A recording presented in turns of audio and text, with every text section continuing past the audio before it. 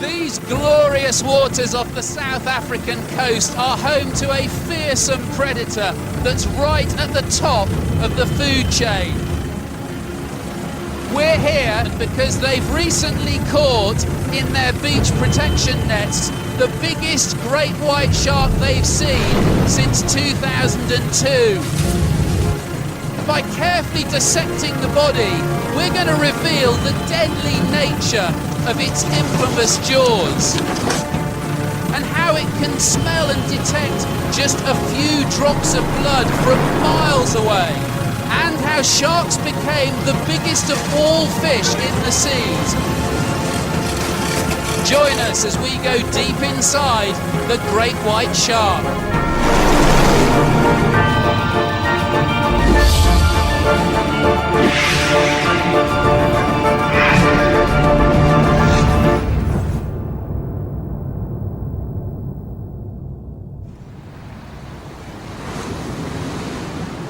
Great white sharks are regular visitors to the rugged coastline of Mossel Bay. But the huge great white caught up the coast presents a unique opportunity for experts to learn about the shark's anatomy. An international team quickly assembles. Wow, that's some collection, isn't it? From South Africa, leading shark attack expert Jeremy Cliff. His jaw collection is the stuff of nightmares. Unfortunately, we've still got this paranoia that general public have with sharks. The old adage, the only good shark is a dead shark. From Italy, shark researcher Enrico Gennari. Yeah! He likes it! He risks life and limb for his passion. We know some sharks for years. You know, when you go out with your buddies to have a beer, you know them by name. And from New York, comparative anatomist Joy Reidenberg, whose scalpel's always ready for a new species. Just remember to close the top. I don't want to be sitting in a bait box.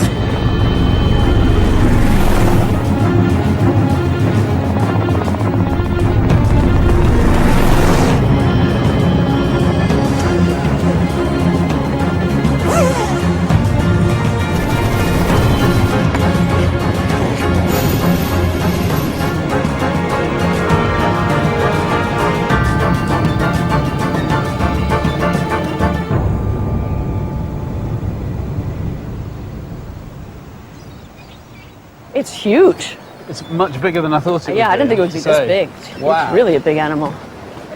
And looks like it's a female. So it's a female. Do we know what weight it is? How old do you think it might be? 900 kilos, probably in the region of about 12 years old. That's a big fish. As scientists, we want to look under its skin to reveal the great white's deepest secrets. Why it will die if it ever stops swimming. How it's evolved to become such a formidable athlete.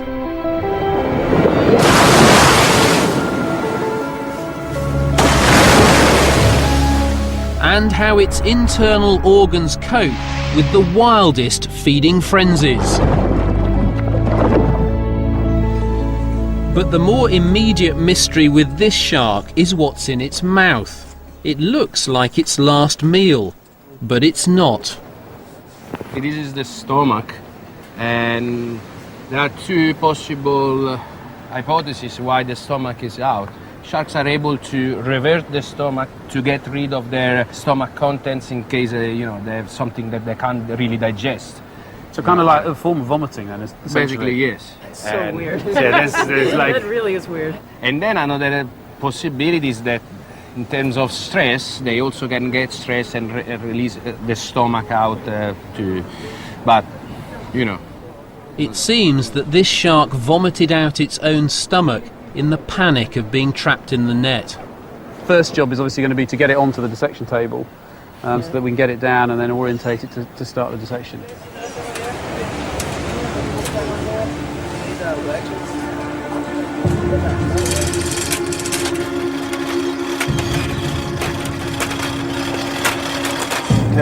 Philip Zungu, the Natal Shark Board's top dissector, makes the first cut.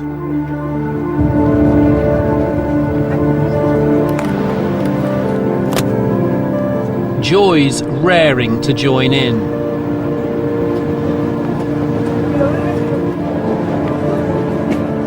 She's dissected many whales before, but this is her first great white. How does this compare to cutting whales in terms of the flesh? It's actually harder to cut because the skin is so rough it dulls the knife. It's like cutting through sandpaper. Whereas when you're cutting a whale, even though they have blubber and they have a much thicker skin, it's more like cutting jello. So you can actually slice through it fairly easily and really can feel it like sandpaper. Exactly. Getting caught on it like sandpaper. It was used, actually, shark skin Really? and sandpaper, and still in some places around Australia, it's still used. Amazing, yeah. In fact, closer examination of the shark's rough skin provides clues to its evolution, as Richard Dawkins explains. If you should happen to be in a position to stroke a shark, you can do it one way like that, but if you do it the other way, it's rough. And the reason is that the whole skin is covered with little tiny teeth. If you look at an ordinary fish, like a trout, it's covered with scales, and there are various fossil groups of fish which are covered with bony armor plating. But sharks have this immensely tough chain mail, and it's made of little miniature teeth. They're just the same as the big teeth which sharks use to eat with. It looks as though probably what happened in evolution is that the micro teeth of the skin became the teeth that they use to eat. That's extraordinary, isn't it? It's just amazing how those animals adapt. From their evolution point of view, these teeth come from the shark skin. Yes, but it seems pretty loose when you touch them. I mean, here, this They- is they this wiggle. is- They're very loose. Oh, they really are the amount of loose. movement in that. I really thought these were going to be fixed into the jaws. See, this one is The last thing you'd expect in a shark is wobbly teeth, yet somehow they've turned an apparent weakness into a deadly advantage. We have a look at the jaw of a great white. You'll see the teeth are V-shaped and serrated, but what's really amazing is that there's so many teeth produced. If you look there, you can see their teeth in rows behind the functional row that are just waiting to replace the outer row. So you've got one row of teeth that's actually functional, but you've got all these other teeth as kind of spares in the wings behind. Yes, they're essentially just waiting to replace the outer teeth. The teeth are not embedded in sockets like we have with mammals, but they're connected to a layer of tissue very similar to our fingernails. And that tissue is growing from the inside of the jaw out. It's a continuous process, very slow. And as that tissue grows, so the teeth right at the front of the mouth eventually will fall off. That's a phenomenal adaptation, isn't it, for a predator? Because if you've got a big land mammal predator like a lion, once it's broken its adult teeth, it's done for. It's doomed. Complete. Whereas for the shark, it just waits and another Carries new on. set come along. But it's extraordinary when you think how easily I could be eaten by this. fully jacked open. If you were a Cape fur seal, oh yeah. I'd be dead. chopped in half I'd and a be good chunk of beheaded. food. Wow, that's amazing.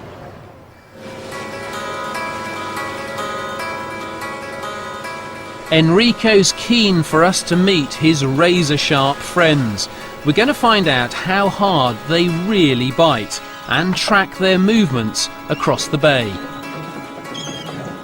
This is charm, and this usually attract white shark. It's like making homemade pasta. It gives you also some kind of pride. They feel Not the so passion in it. Oh, yeah. Made with my art. And your feet. It's low tech but effective. Is that the chemicals that they're after? Is it like hemoglobin? Biologist Simon Watt's curious to see whether Enrico's oily footwork will tempt in the sharks. Sharks don't swim like in the movie Jaws with the dorsal fin out all the time with the music on the background. It's not there. After hours of waiting, I hear that music. Wait, here comes something. There's making a something here, beeline. bud. It's a shark. Beeline to Shark, us. shark. There it is. It's There by we the go. It's by the bait. Here we go, everybody. A bigger one. Woo! He's Oh going man, look under. at that. How exciting is that? They are so close. That's the front one. Whoa! Whoa! Whoa! It's huge. Oh my God, that's huge. That's as big as the one we looked at. Hey, good boy. Didn't I promise you a big one? Oh yeah. Okay, it's big enough? It's scary. Okay.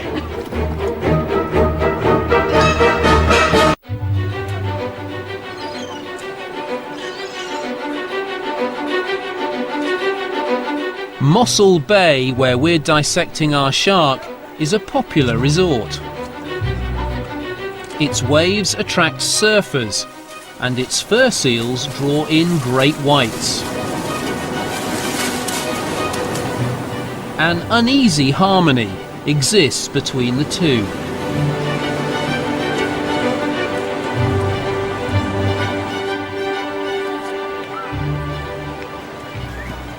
While the team crack on with the dissection around the head, which is pretty delicate, it's worth just taking a look at the whole animal and reflecting on what probably most of the people here watching think about great white sharks. Because since the film Jaws, most people see these animals as some kind of mindless assassins of the sea, hell-bent on eating anything that comes in their way, and that includes us. Great whites rarely attack humans. When they do, the surprising fact is that most people survive the ordeal. To find out why, we're going to investigate the anatomy of the shark bite. We could see the upper jaw over here, and we're trying to dissect a way into this big muscle. And we're talking about the jaw closers are all this bit here. So Yes. we're just seeing a part of it here, but it's literally Exactly. this whole thing on It the looks side like of this it. whole pocket of stuff is just muscle. These muscles remind me of the ones that we saw on the crocodile that were used in closing the jaw. In fact, they're very whitish in color. So I'm presuming that they're also very fast twitch muscles that have to act suddenly. I was curious to compare a great white's bite with the crocodile bite we'd measured before. Okay, everybody set? Everybody set. Here we go. Everybody ready? Oh, my. Great bite. Hey. Let's have a look. So that's 1,413 pounds. That's about 600 and something kilograms. That's what? 20 times stronger than my bite. To tempt a great white to bite in his meter, Enrico surrounds it with rotting fish. Yeah, yeah, yes. Come on. A little bite. It's juicy. Come on, turn. Yes. Higher. A bit higher.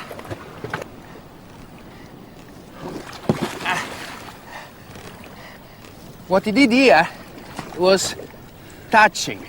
It was just. Well, how much is the reading? 29. 29 pounds. Nothing. My bite is much stronger than that one. This weak, exploratory bite is the reason most shark attack victims escape with their lives. Once they realise we're not tasty seal blubber, they usually don't come in for the second killer bite. But now he should come back because he knows there's something tasty inside. And now let's hope to have a stronger bite.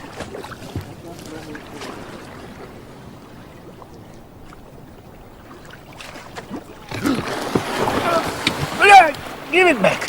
Give it back! It's mine! Let it go! Ah! Oh no!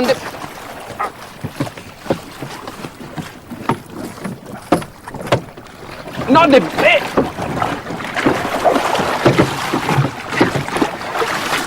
It's mine, not yours. Here you go. Go away. Go away. Go away. Sorry, baby. You see? Look at that. What was the reading? That was about 90 pounds. 90 pounds. 90 pounds is about 40 kilos. It's about my bite strength. And also, you can see, didn't go really for the bite meter, most for the buoy. But that's quite a weak bite. Even when they do come in for the kill, their bite is no match for the crocodiles. I suppose you're seeing different techniques, basically. So the crocodile and the alligators are wanting to hold on to their prey and they use the water to drown it, whereas this is wanting to take a big chunk out of it, isn't it? Exactly. The crocodile can have something like 3,000 maximum pound of bite strength. Here the white shark, the maximum that we have seen for a 3.5–4 meter shark is about 500–600 pounds. It's much lower than a crocodile. It's hard to believe such huge jaw muscles deliver such an unimpressive bite, but it's easy to see why after dissecting the jaw. I mean, here's the edge of the jaw itself, because it's not physically attached to the cranium. It's a separate piece. You can get your fingers behind there and feel it's all separate. Oh, that's this incredible. wiggles separately. The skull is pretty firmly attached in here right now. This is being held up by a hook mechanism right here. So this is pretty stable. But I can wiggle this back and forth. This is kind of wiggly. At first glance, this weak jaw arrangement with the upper jaw floating free from the skull seems to offer few benefits, whereas the croc's jaw, which is moulded into the skull, results in a much more powerful bite. But hanging free has its advantages too. When a shark opens its mouth, the jaws can be thrust forward, enlarging the size of its bite. The prehistoric-looking goblin shark has taken this ability to the extreme.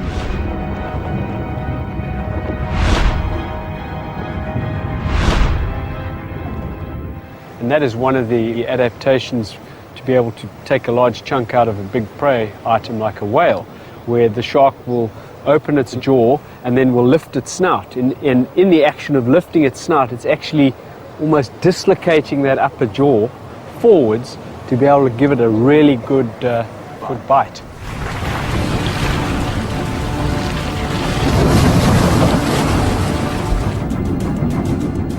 There's one final puzzle to solve in the anatomy of the bite. How did this bizarre jaw evolve? To answer this question, we need to continue our dissection by examining the shark's breathing apparatus, its gills. Okay, I think we should now expose the gills and look at them from the inside. Yeah. See how they're arranged. Yeah, I need the big one. Thank you. How cool would it be if we could just dive in there and still extract oxygen out of water? Yeah, but then you come out of the water, you can breathe in the air. You gotta pick one or the other. You can have everything.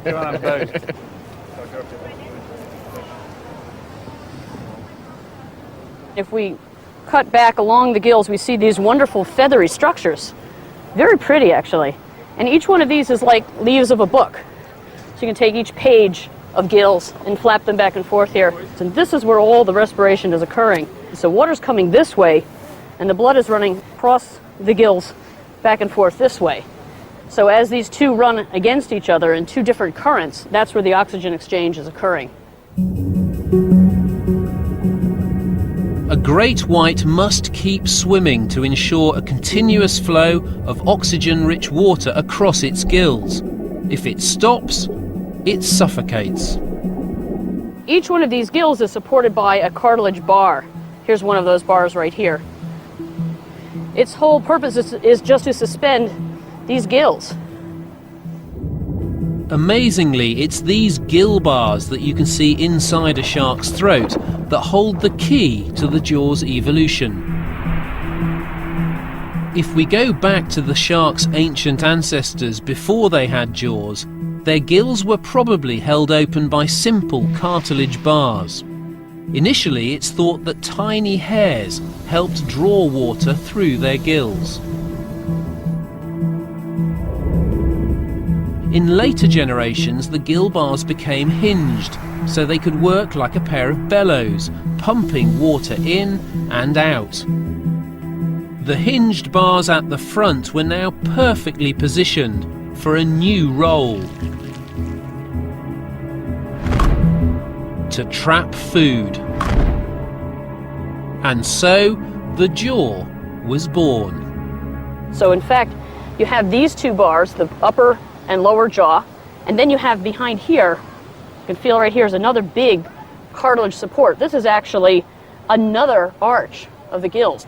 It's taken the breathing apparatus and made a weapon out of it. That's amazing. The front part. It's made a jaw with these wonderful, dangerous teeth. Okay, 1, 2. Enrico offers Joy and Simon the chance to go eye to eye with a great white in a shark cage. They love doing all this though, you know, actually getting in the water with the sharks is, I think, really important to these guys. That's addictive. It's addictive.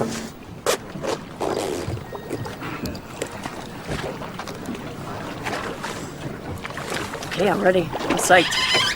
Simon's never dived before, and he's seen the YouTube clips of what can go wrong.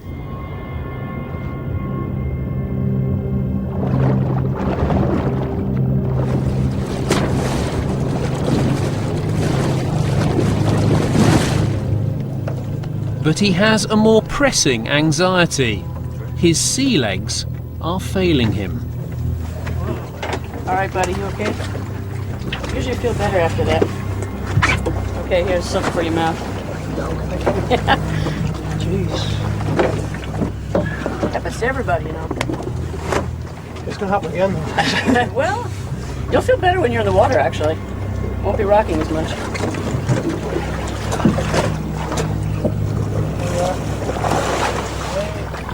After seeing that one that swam by, I'm a little scared, actually.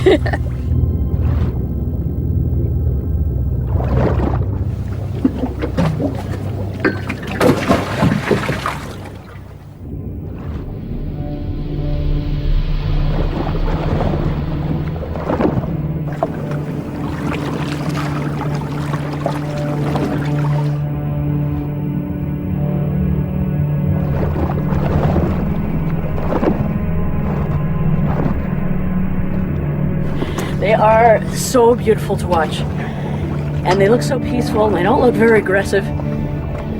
How can this be a harmful animal? It's so gorgeous.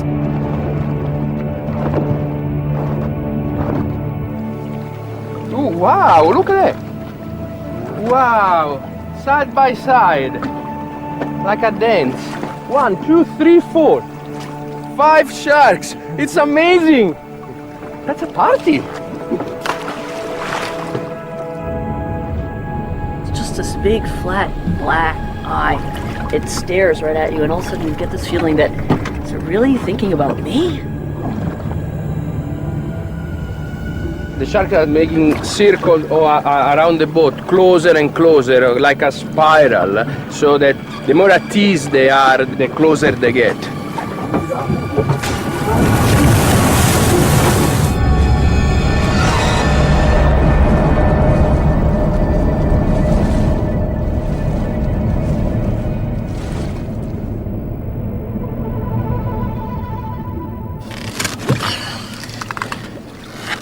You're right. Oh my God! You right? I think I was so excited I bit my lip. I'm bleeding. Wow! I was so excited watching them down there. And then, especially when it came really, really close and you could see that dark eye. Some people think that sharks, the white shark eye is dead basically. It's dark and without any emotion. But when you interact daily with them, you see that, as you said, they're checking you out. Maybe it's not because they're interested in you as a bait, a prey, but they're interested in you because they're just interested in you, full stop.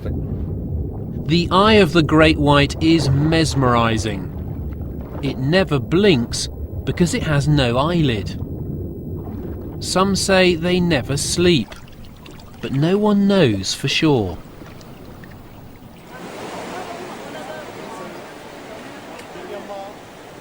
These eyes are unusual. They're very, very big compared to other sharks, aren't they?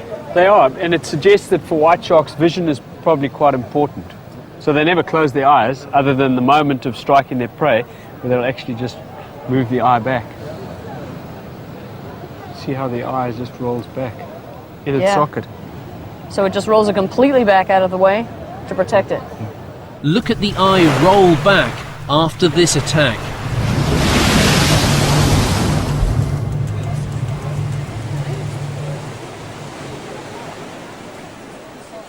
The eyes also have another layer of defense. We've taken the eye out from the socket. We're going to just place it on the back of the shark here and try to cut through it. Otherwise, just cut with a scalpel. Hang on. It's really hard. It just shows you how effective this could be against a seal claw. I was going to suggest just if you cut a ring It around is with a scalpel like that. very solid. Just take the. Well, that helps answer the question, doesn't it? It's a very, very thick-walled eye. Let's try cutting this way. That's it.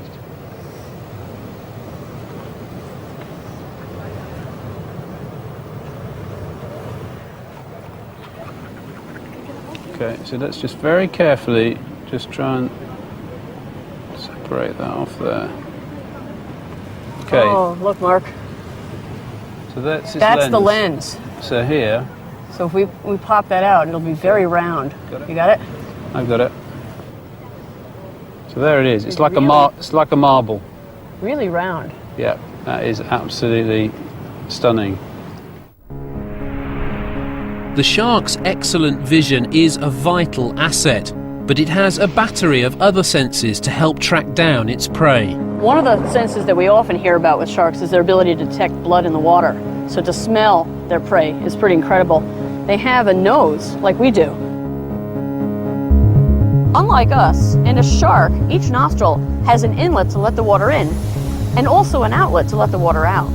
And the nose is particularly adapted for picking up small particles such as blood. So they compare one nostril to the other to detect which direction the scent is coming from and home in on it, kind of like a bloodhound. I mean, we've got no ears on this. Well, actually, there is an ear inside, but there's only a tiny remnant to the outside. So their sense of hearing might not be very directional, but they have this to make up for it. It has a special sensory system called the lateral line, which is really tuned into vibrations, and it actually can be seen all along this part of the body here. There's little dimples all along the skin. And if we look very close here where we've cut into the skin, you can actually see the lateral line system cutting cross-section, bringing input back to the brain to let the shark know that it sensed some vibration in the water. As it hones in on its prey and it rolls its eyes back in its socket to protect the eyes, it's now blind, so it has to use another sense to detect where its prey is, and that's this electromagnetic sense. So all of these little pores on the front of the snout, which are called the ampullae of Lorenzini, which have this jelly in them, are able to detect an electromagnetic field, which is what is emitted from every living creature. And that is picked up by the brain as another sense, a unique sense that these animals have. This part of the shark is very sensitive, and with a white shark, if you push the nose back, actually it's like overloading their sense, and they get in a kind of almost sleeping mode for a few seconds. So if you punch a shark on the nose, you can basically hypnotize it.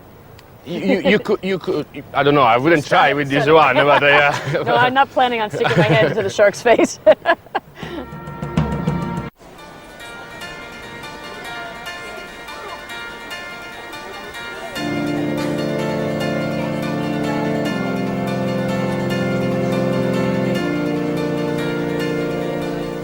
That's a girl. This is a girl.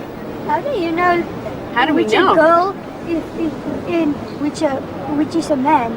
Because if you look at the other end of the shark, it has special fins.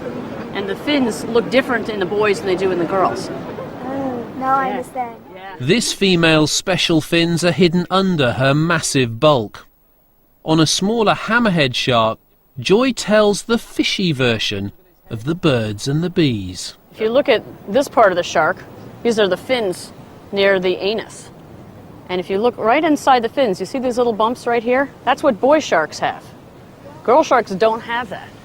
So that's how you know, without even opening it up, whether it's a boy or a girl. Oh, now I see. These little bumps are called claspers, and they're used like a penis is used. So they insert these into the girl and use this to put the sperm inside. No one has ever seen great whites mate, But if they perform like these white-tip sharks, they'll need that armoured skin to protect them from the world's most dangerous love bite. Sharks mate more like mammals than most other fish. The females keep their eggs within their bodies and the males fertilise them inside. When angler Sean Gregory started gutting a shark on a beach in North Carolina, his friends were in for a shock. Oh my God! Oh, it's a baby. It's a baby shark. It's a baby in there. It's a baby shark. You can save the baby. Where? Where's the fish? Don't hurt it. Don't hurt it. Don't hurt it. Right here? Yeah, in that Yes. It's a baby. Oh, sure. It's got gills. Oh my God! What's that? Oh, look, Sean! You're giving birth to a shark. It's birth by Shaw infection. Don't hurt it. Put it back out there. We catch them that big. Get it, girl. Save the baby. So far, we've seen how sharks use their senses to hunt prey and how their infamous jaws evolved. Next, we want to investigate what keeps these huge animals afloat and how they propel themselves so fast.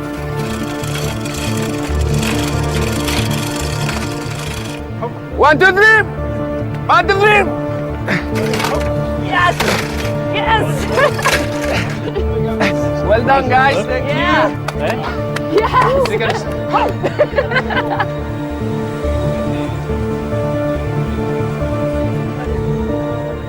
Sharks have one vital organ that holds the key to how they became so big. To reach it, Philip cuts through the white underbelly that gives the great white its name. Joy, have you ever seen such a big liver in your life? No, I've never. Not even in the biggest whales have I seen a liver quite like this. It's coming, it's coming. This is just one of the 3 lobes. This is only one. This is one. One liver lobe. One. Whoa. This is freaky. Careful, guys. It's do you want going to down. It's going down. Okay, 1, 2. Is that another lobe too? Yeah. This is 2. Okay. Alright, here comes the rest. Oh, here we go. Whoa! That hosing Wait, down about you forgot the one piece.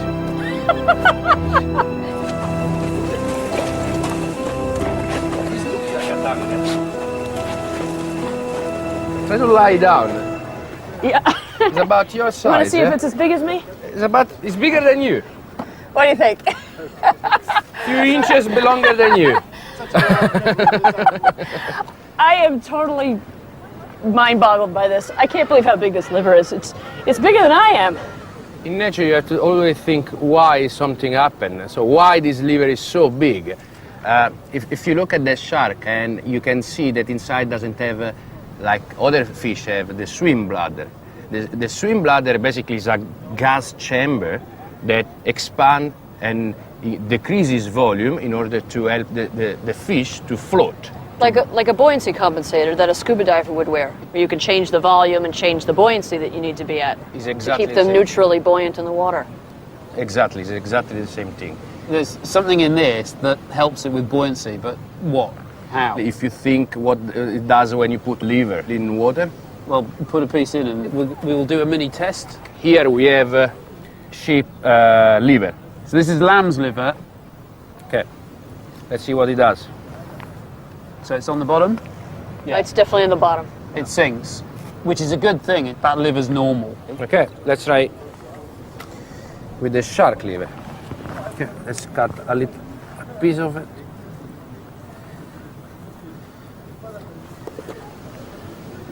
Try. Oh, it's, yeah. Voila. And it floats. So what does it tell you? It's got an inbuilt buoyancy aid. This is like a big life preserver. Exactly. The liver is full of this oil that is called squalene, from the name of squalus, that is a shark, basically. Okay. And it is a very fat liver, very dense in oil. If you put oil in water, what happened to the oil? It floats. It floats. And the first thing that you said about this thing, you said, is huge, and you think it weighs a lot. And actually, it helps the shark not to sink.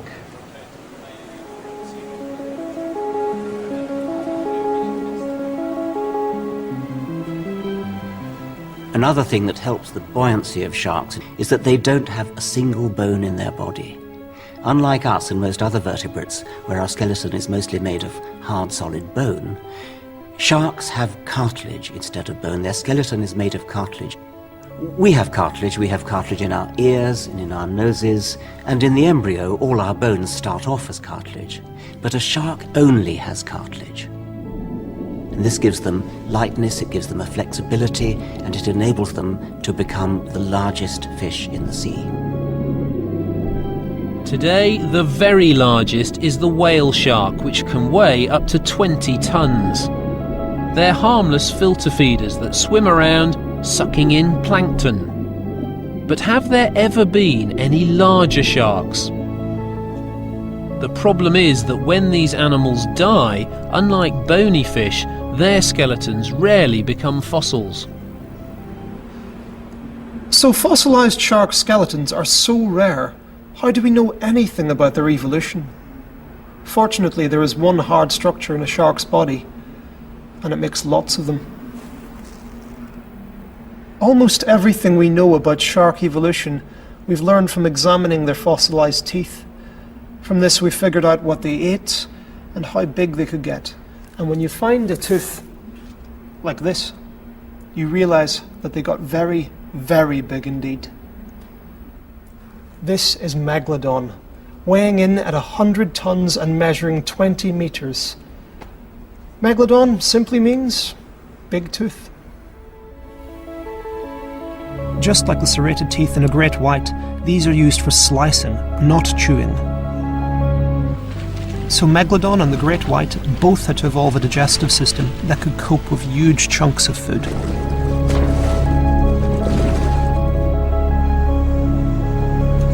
What strikes me when I look at what's left after the liver's been removed is that there's hardly any guts at all. So this is essentially its intestines, which is a very peculiar shape. It looks very straight. You expect it to be all coiled up like it is in a mammal. In a human, you'd have about 8 meters of this going back and forth, twisting around. Completely bizarre. So can we have a look inside and see how that works? Yeah, let's cut it open and see how it's arranged.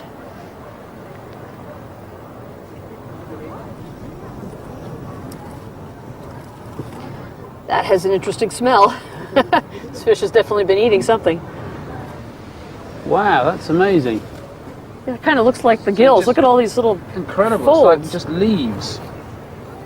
So what's the flow through here then? Because we know the stomach's avulsed through the mouth, so that bit's right up there. But once you've gotten into the beginning of the intestinal tract, which just starts right about here somewhere, but the solids would go all around the periphery here in each one of these grooves. It looks like a big spiral staircase. Here's the beginning of the spiral right here. See how my finger goes underneath like that? So this is one plate right there. Okay, so it's then going in like this. Right, so we'd go into the next plate, which would take it around to the next level. It would come around into here, and there's the entrance to the next one. And it just keeps going around. Wow. I mean, the whole point of any intestines is to get big surface area for absorption of nutrients from the food. Well, I think you're getting it here over a very short length. That is such a neat solution to the problem, isn't it? This unique spiral valve is surely one of the most compact digestive systems to evolve in such a large animal. Although it seems to have one serious flaw. Unlike crocodiles, sharks find it hard to digest bone. That's why they need to invert their stomachs when they've bitten off more than they can chew. Is this a really slow process? Because, I mean, being it's a fish, it's cold-blooded, so on that basis, does it have a very slow metabolism, a very slow digestion? You're talking about fish in general. I'm talking about this one. I mean, it's cold-blooded, so therefore slow system. I have to give you a bad news, because these are not cold-blooded animals. But it's a fish. Yeah, unlikely the majority of fish, these are able to maintain higher body temperature than the external water temperature. So they're warm-blooded? Yeah. How does a fish achieve that? In order to show you that, we have to cut in section, and it's going to be easier to show you that. We can start cutting from here and going backward. Okay. Okay, so here's a knife. Enrico wants to expose the tail muscles to see how they increase the great white's body temperature.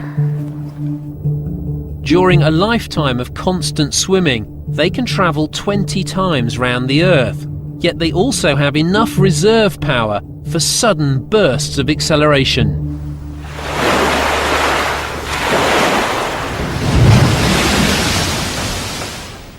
This is the powerhouse of this shark. This is what propels almost a ton of shark through the water, and it's always swimming. So this thing is going backwards and forwards the whole time, but also can get this thing right out of the water, which is some feat. In very few seconds, yes. So what drives this? Is inside here. Okay. And you cut right through, and this is just jam-packed with muscle. Over 85–90% of this is just muscle. Absolutely extraordinary. Is it all the same kind of muscle? No, the red muscle sustains the majority of the swimming of the shark. The white muscle instead is used for sudden burst, so like the breaching out of the water. It comes all from the white part. So these guys generating most of the heat then, by that constant, just slow movement, they're constantly generating heat. They're like a furnace. Exactly. It turns out this continual firing of the deep red muscles is what makes these sharks warm-blooded. So having higher temperature, the vision, the stomach, the muscle work in a much better way. So I guess sharks don't kill in cold blood anymore, do they? Exactly, exactly. Not a cold-blooded killer. Yeah, you're right.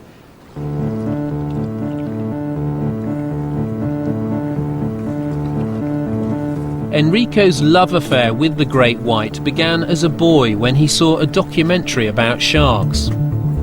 Later he left Italy for Mossel Bay to try to find out more about these elusive giants. Nobody step in front of me from now on, eh? Safe, off. He tracks their movements by darting them with radio tags.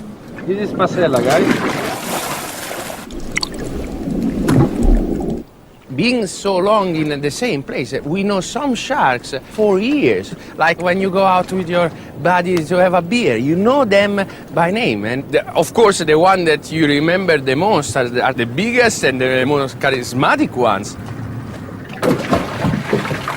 Marcella is not very big, but is very feisty. Coming. Maybe another shark is better for taking.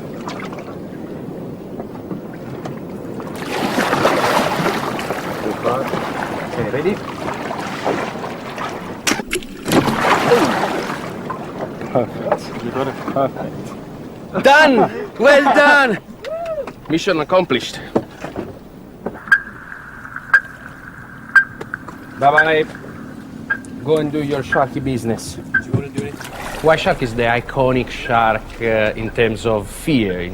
People hate them. People want to kill them. And I mean, when I was a kid, I always support for the Indians rather than the cowboys. I always supported the weakest side. And that's why I really want to, with my study, to make a difference.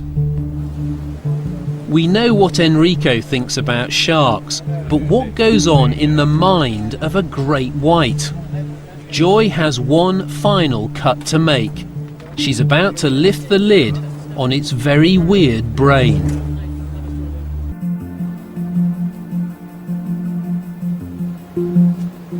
It's been very clear, hasn't it, from this dissection, that this is one very complicated animal, and the bit that Joy's desperate to get to now is the brain, because that's the computer that controls all the body systems that we've seen. But it's a very difficult area to get to. It's not actually in a bony skull, it's in a cartilage cranium.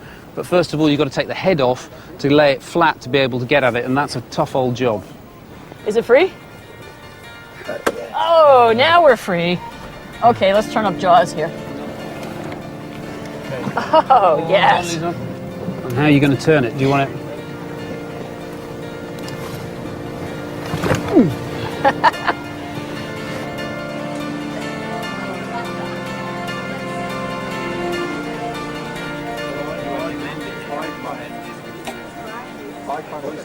I'm just finished cutting off the last bit of cartilage. And now what we're looking into is the actual cavity where the brain sits. And in the middle here is the brain. So the thinking part of the brain is actually right over here. It's fairly small. Most of the rest of this brain is involved in sensory perception. And if you go forward, you'll see it's actually a Y-shaped brain as it terminates in these two canals one for each of the nasal openings. But most of what you're seeing here is all processing sensation, smell, vision, these ampullae of Lorenzini, which are not just under the front of the nose, they're all across the top of the head. So this brain might be small, but it's super specialized. It's really focused on all of these special senses. So this animal is thinking in a very different way than we do. We might sit around and think about stuff using a lot of our gray matter. These animals are working mostly on instinct, but they're processing so much more sensory information.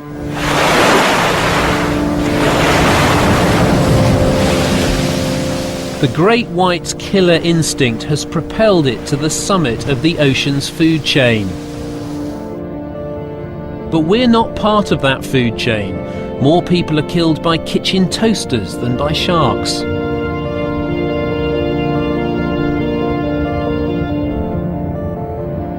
The truth is, it's the sharks who should fear us.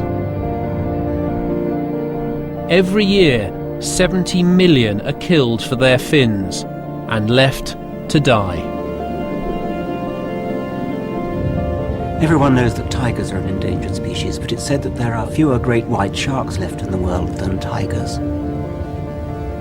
Sharks have been around as top predators for hundreds of millions of years, but sadly it seems that now they may have met their match. They unfortunately are very misunderstood. The only thing that people see is actually this one, the teeth, the jaws. Well, see, there's so many special features about this animal that make it such an incredible creature. So it's more than just a mouth with teeth. Yeah, it's not just jaws. We really hope our dissections helped convince you that great white sharks are far from mindless murderers. They've developed ingenious ways to find, catch and consume their prey. The remarkable product of 400 million years of evolution.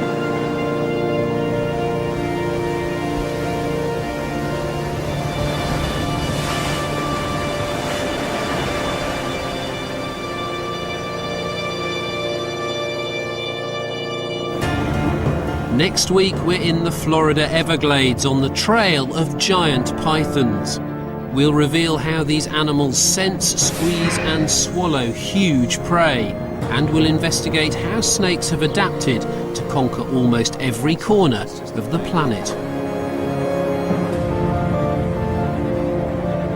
Next tonight on More, 4 albino footballers from Tanzania and how they're challenging prejudice through their football. True stories. Well, next here, with the Big Do kicking off tomorrow night from 9, we thought we'd get you in the mood. So Big Brother's big award show is coming up.